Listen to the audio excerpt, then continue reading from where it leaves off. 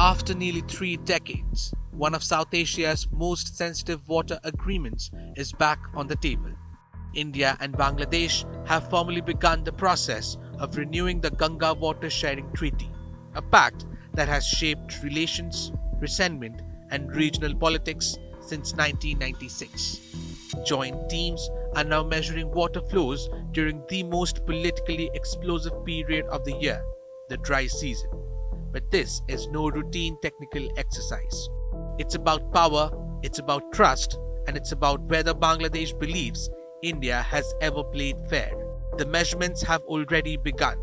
Every 10 days until the end of May, Indian and Bangladeshi officials will record water levels in the Ganga in India and the Padma in Bangladesh.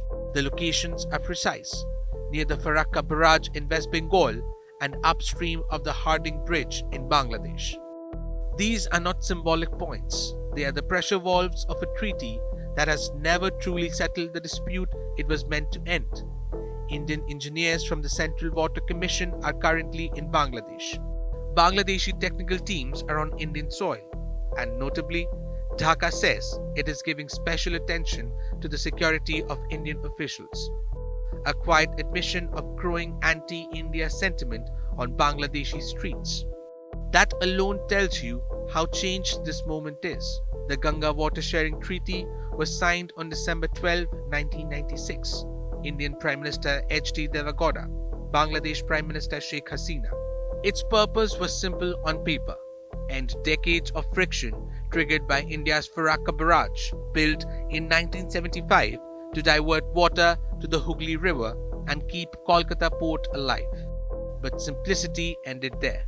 From Bangladesh's perspective, the treaty never solved the core problem. It merely formalized inequality. The numbers explain why. Water sharing is calculated using historical flow data from 1949 to 1988. If flows at Farakka fall below 70,000 cusecs, India and Bangladesh split the water equally. Above that, India gets a fixed share list and Bangladesh receives the surplus. But here's the most critical flaw: there is no minimum guarantee. If flows drop below 50,000 cusecs, the treaty offers Bangladesh no enforceable right to water. Only consultations, only discussions, only diplomacy. In other words, when water is low, Bangladesh is expected to trust India's goodwill. Dhaka says that trust has been repeatedly betrayed. Bangladeshi experts alleged that during key dry season windows, especially from March 11 to May 10, water releases have fallen short of treaty terms. They accuse India of balancing the books by releasing extra water later, then claiming overall compliance. On paper, complaint.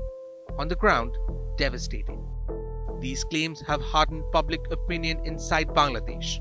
They have turned a technical agreement into a political grievance.